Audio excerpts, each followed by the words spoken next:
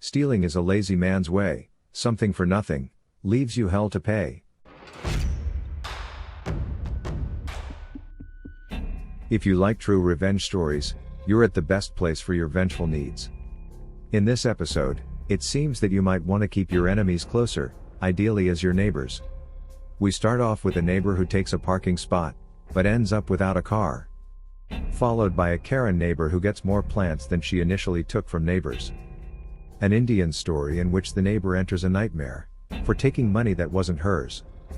Lastly, neighbors gets prison time for taking someone else's parking spot. Let's dive in. Naturally, viewer discretion is advised. These revenge acts might be disturbing to snowflakes. I have lived in an apartment complex in Lisbon, Portugal for the last 4 years. If anyone's from here, you'll know parking is a bummer. Fortunately, my building has a private garage. However, as is often the case, some parking places are more difficult to park in than others. I have one of the easier ones. Last year I was offered a job abroad and took it. Thought I'd be nice, parked my car at my parents', where they have plenty of space, and left a notice in the building elevator that went along the lines of, "I'm the owner of 3B and will be away for at least 6 months. Feel free to use my parking spot." Ended up being away for longer, almost a year.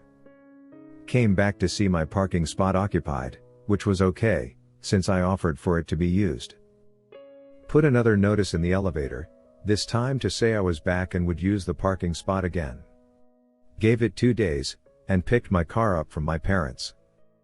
Went into my garage, and my space was still being used. Had to park somewhere on the street, and decided to give it another day. The day after, it was occupied again by the same car. Asked a couple neighbors, and figured out it belonged to a lady living 2 stories above me. Went up to talk to her, and she immediately got defensive and said that her parking spot is very difficult for her to park in, and since I was away for longer than I had announced, I therefore lost the rights to that space. This is stupid logic, as the spots are bought with the apartment, it literally belongs to me. She also told me I couldn't use her parking space instead, as she was using it for storage.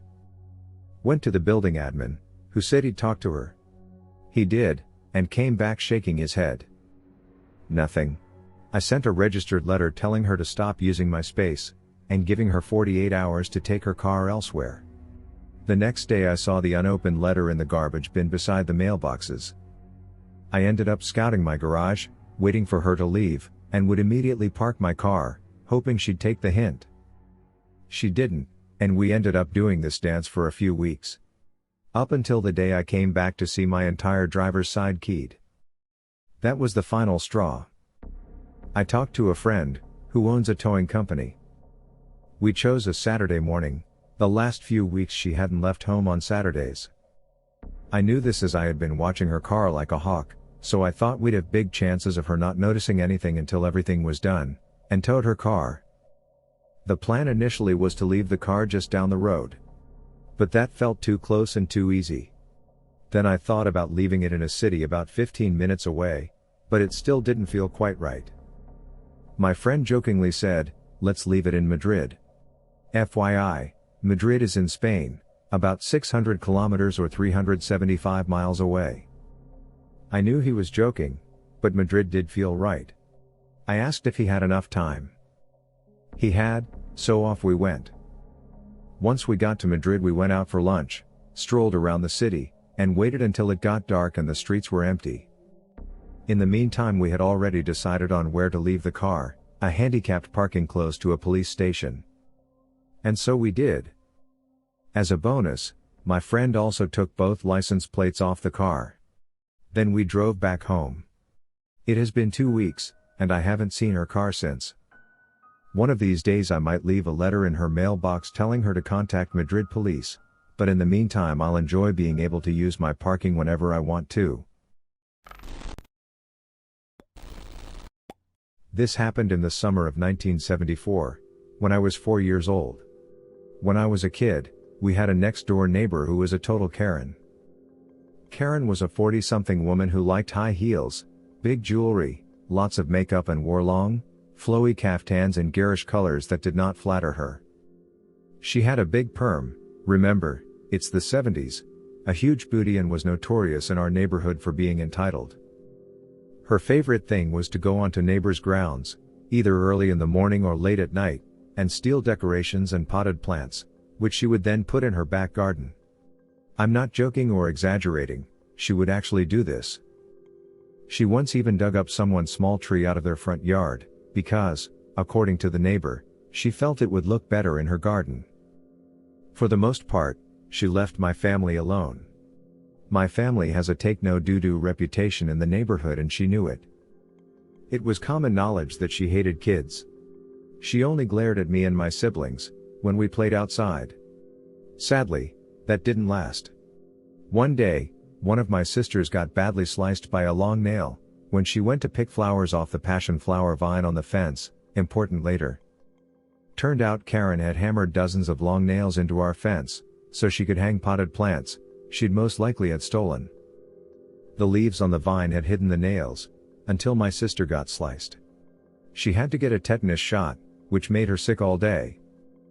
Mom was fuming, so she went out and actually spent the rest of the day hammering each and every nail back out, through the fence and back into Karen's garden, causing many of the pots to fall and break.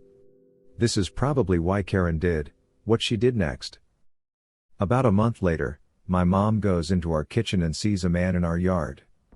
She goes out and asked, "What are you doing?" This guy told her he was a gardener and had been hired to get rid of the vine on the fence. Mom asked him who had hired him to do this. Apparently it was the owner of the fence, he told her, and gestured to Karen's house. Mom told him, calmly, since none of this was his fault, that it wasn't Karen's fence and she was the owner herself. The poor guy was horrified. However, the damage was done. He'd already cut into the hardwood and roots, and now our vine was dead. After the poor guy left, Karen also didn't pay him, we found out later. Mom went to Karen's house and confronted her. Karen didn't even deny it, just laughed in my mom's face and said, "I did it, so what? It's not like you can do anything about it." Then sauntered back into her house. She'd just messed with the wrong family. 2 days later, Karen went on a 2-week vacation with her husband. He wasn't a nice guy. Revenge time. The day she left, my older siblings, along with a family friend, decided Karen's back garden needed improvements. So they climbed the fence, went into her garden, dug up all the pretty flowers and small trees, carted them out, along with the stolen decorations, and replaced them with high pollen weeds, quick-growing ivy, and lots of poison oak and poison ivy that they dug up from a nearby state park. I was too young to help with this part, sadly. We then temporarily moved our 3 dogs into our backyard. Neighbor was afraid of them despite the fact they were 2 Pomeranians and a small mutt. We also had a 9-foot fence, which was too high for her or her husband's big booties to climb, so we knew our garden would be safe from her. My family excitedly waited. When Karen got back and saw her new and improved garden, she threw the biggest, most epic tantrum and meltdown we'd ever seen. It was most spectacular. A whole class of sugared-up, angry preschoolers couldn't have thrown a bigger tantrum. My dad took the day off to see the freak out, as he put it. From the top of the fence, we all watched as Karen screamed and ranted, pulled her hair, kicked the weeds, and threw anything she could get her hands on, all the while cussing and screeching like she was getting a chili powder enema. Then she spotted all of us watching her. She yelled and cursed at all us kids, while coming to the conclusion we had done this to her precious garden. By this time, all the surrounding neighbors were also watching, but she of course zeroed in on us. Karen then stormed over to our house and banged on our door until Mom opened the door. Dad let her deal with it, as he was still laughing his ass off. Karen then demanded my family to not only pull all those ugly plants out, and to, of course, pay for new ones and plant them. And to do it now. Right now. Our mom just looked at her, yawned, told her she had zero proof it was her kids who'd done it. Mom knew, even sat and watched with me as my siblings did it, laughing the whole time. I think at one point my dad even helped. Mom then reminded her she had stolen dozens of plants from the neighbors, had been caught blatantly stealing from their front gardens, yet was surprised that someone had retaliated? Mom laughed, told her to bugger off and went back inside. She ranted at us through the door for about an hour, till her voice gave out, then stomped back to her house. She avoided us from then on and would give a death glare to my mom whenever she saw her. Mom would just smile, give her the finger, and go about her business. She was intimidated by my dad and wouldn't do anything when he was around, but Dad worked a lot, so wasn't there most of the time. We donated most of the dug-up plants to neighbors she'd stolen from and returned the stolen ornaments and decorations to their rightful owners. We kept 2 rose bushes, which we planted by our back gate, a ceramic hearth cat and a glass and metal sun god decoration nobody claimed. Karen never did get rid of all the weeds and didn't realize it was poison oak she was pulling barehanded, until she, and her husband, got horrible rashes over 1/3 of their bodies and, I was told, in some very unfortunate places. Life in the neighborhood became better in the long term, since from then on, no plants or decorations were ever stolen again. This story is about me and Geeta. I am Indian guy in my 20s, strongly believed in individualism and equality, currently in university. Geeta is probably under 24 and a clerk in a government bank. Which is a good job to have in India. She's my neighbor, we both live with our parents. We've been neighbors for around 8 years. We all get along just fine. We both are lower economical to middle class and socially from upper class. Both our parents are liberal in Indian sense, but in Western standards they are very conservative. You can say this for the majority of Indian parents. Here comes the story. I had to deposit $110 in the bank. This is a large amount of cash for a lower middle class Indian as myself. I am sort of lazy and didn't want to wait in queues in the bank. Geeta worked in the same bank. So I thought, I will give her the money and she will deposit that in my account. I went to her house at 7 a.m. and called for her mother. She opened the gate. It turned out that her elder brother of 28 and parents went to the temple. I told her why I came and asked for her help.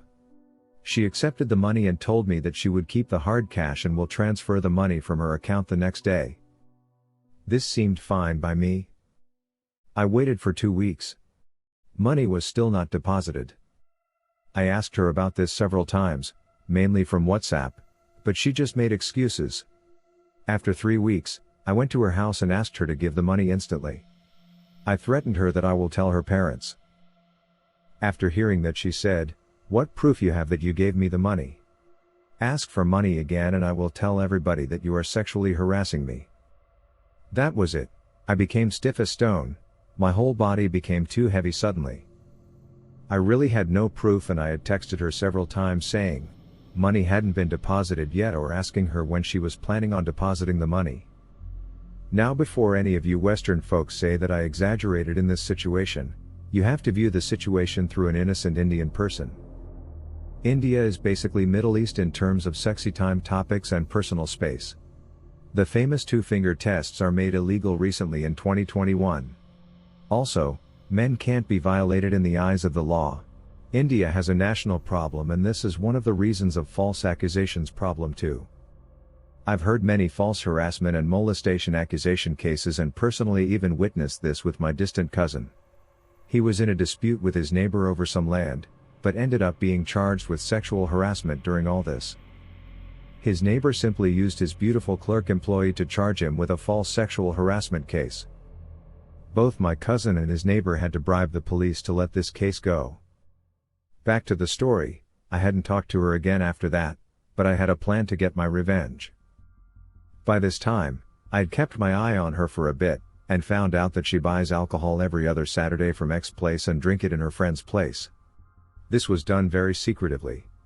She had to do it in a shady way, because it's seen as immoral for a man to drink alcohol, but it's seen as 10 times worse if a woman does it. I also found out she had a boyfriend, with whom she'd spend half an hour every Saturday's evening, at a park which is on the other side in the town. Having a boyfriend and girlfriend is also seen as immoral here. You won't even get a rental flat easily if you have one. I photographed her buying alcohol and them being together. First Saturday, July 2019, on my way to the park, I found a police SUV a mile away from the park. I thought it would be time to get this plan a step further. I told them about a couple that are doing obscene stuff together in the park. The police officer didn't want to hear it. I knew I had to pay him, so I gave him $25 and he agreed to go. The park Gita used to go to was famous for unmarried couples. So on every Valentine's Day, the police used to harass the couples there, to squeeze money out of them. On reaching there, I told him the spot and began to watch the situation from distance. I wasn't able to hear them, but the view was clear. Gita and her boyfriend were neither kissing nor hugging. They were just talking in the bench that time. The police arrived and told them something. After that, the police slapped Gita's boyfriend a few times immediately. It appeared that her boyfriend refused to give his parents' number. In India, if the police caught an unmarried couple under 30, they demand the victim's parents' numbers. The whole drama went on for 20 minutes. Both even fall on police's feet. At last they had to give some money to the police to bribe him. Both looked pretty terrified that day. Next month, I printed out the images I had of her buying alcohol and being with her boyfriend. I printed every image tenfold. Why, you might ask? Because there are 10 main houses in the neighborhood, including mine. In each set, there were 3 images of her buying alcohol and 4 images of her and her boyfriend together. I woke up at 4 a.m., delivered these images to all the houses and went back to sleep. I woke up with loud noises coming from Gita's house. I had put one set in front of my own house too. I am pretty sure her brother slapped her a few times. Her mother was calling her bad names like Randy. I let you fill in what it means. Her father was not in the house that day. I asked my mother about the situation and she told me to stay away from Gita. She told me that Gita had shamed the whole society with her childish behavior. In the last month, she was forced to stay in the house by her parents. The whole neighborhood was disgusted by her, even more so when it turned out her boyfriend was from a lower class than they are, which fueled the rage even more. Her parents charged Gita's boyfriend for blackmailing them, which caused her boyfriend to spend a few days in jail, but he was released after a week. Her parents are trying to arrange a marriage for her now. She also needed to stitch her lips, because her brother literally cut her upper lips in half. A more recent update, she will be married on next year and she started going to the bank again. I still haven't got the money back though. Alright, story begins a few years back. My mom and I made most of the important decisions for the house, which only included us and my brother at the time, and my brother can't even do his schoolwork, so he got dragged along for the ride. At the time, we were deciding where to move, as our current place was expensive and terrible, and I hated the school district.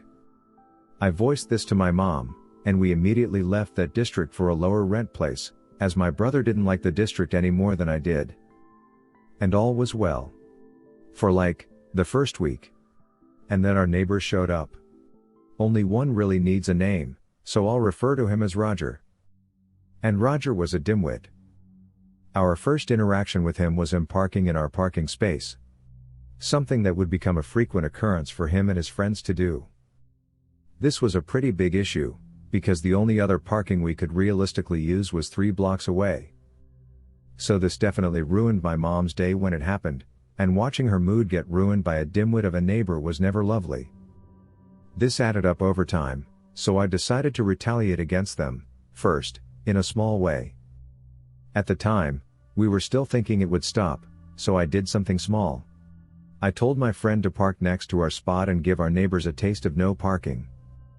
This didn't end well. Roger parked his car in and immediately threatened him with physical violence. My friend told him he wasn't local and if he let him out, he'd be on his way. After I told my mom about this, she insisted that this was the last straw. Our landlord wasn't doing doo-doo to preserve our parking and our neighbors were threatening us with physical violence. Well, what are we gonna do? I asked my mom. We're gonna run the lease up, and call some friends, she replied. And call some friends we did. Quickly, just because they incited our wrath by taking our parking spot, we did anything and everything we could to ruin Roger's life. Anytime we saw him, we would just smile and wave. He never knew we were behind any of this. My mom contacted one of her friends, who was a sheriff. He mentioned he knew of narcotics getting, allegedly, passed around in our neighborhood, but didn't know who was doing it. He told her if we got enough evidence, they could stake out his house to grab more, and eventually, that might lead to roping him in. Busting him with a drug dealer? That'd be sweet. We'd finally have parking back. So we set out to collect any and every piece of evidence we could. Audio of him screaming? Recorded. We'd smell through the walls? Times and locations written down. People parking in our spots? License plates noted down. I set up a camera to automatically record them coming and going. We had a thick book of a paper trail on when and what this guy did in his house. About 10 months into this, my mom left me out of the loop. Still not sure why, but as I understand it, my logging of license plates immediately lined up, and we found out Roger was the prick dealing narcotics. Half of the license plates we had noted down had led to arrests and searchings which resulted in narcotic findings. The cops were confident now, they had their guy and just needed a bit more evidence on him. Just 4 days before we were to move out, it happened. 6 law enforcement cars swarmed his perimeter. 4 of which were police cars, 2 of which were from Child Protective Services. I saw the door get kicked down, the guy get dragged out in cuffs, along with his wife, and 3 kids removed from the household and driven in the other direction. To this day, nobody except my mom's sheriff friend, who was very thankful, knew of her involvement, and according to him, the guy got quite a few years and won't see those kids again. Thank you for enjoying this episode, which was made with artificial love. Subscribe or give Royal AI some sugar by avenging the like button. Could you imagine doing one of these acts yourself? Share your experience below. I'll join the conversation.